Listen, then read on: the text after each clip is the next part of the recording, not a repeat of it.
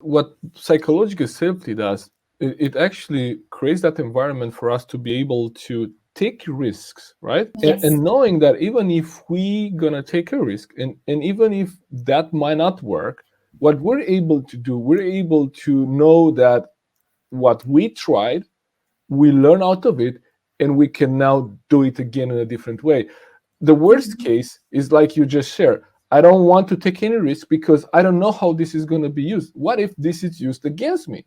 And so that's the opposite of psychological safety. I shared there are three ways leaders build that. So one was avoid blaming. The second would be show your people that you're engaged. In other words, think about being in a meeting with a leader and he or she being, immersed in their computer. Because how many times have you sit on these kind of meetings and everyone comes in with their computers, and instead of listening to the meeting and what's being said, they're kind of answering emails or doing something else.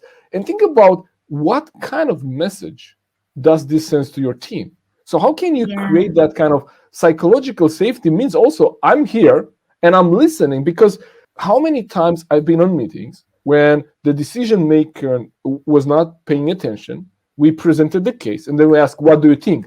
I said, oh, okay, so can you repeat that? I said, come on, okay.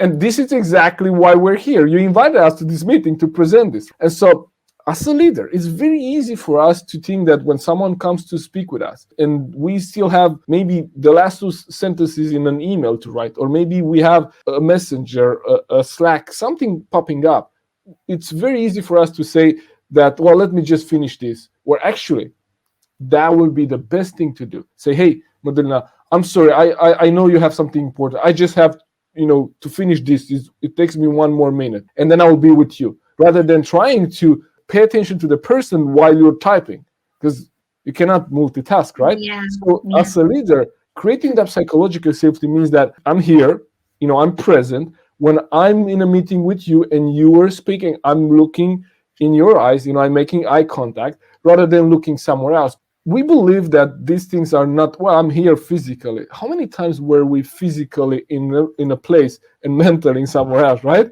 And when we talk about employee engagement, which is one of the holy grail of being in business and leadership, we're talking about the person being present there, now, here, right?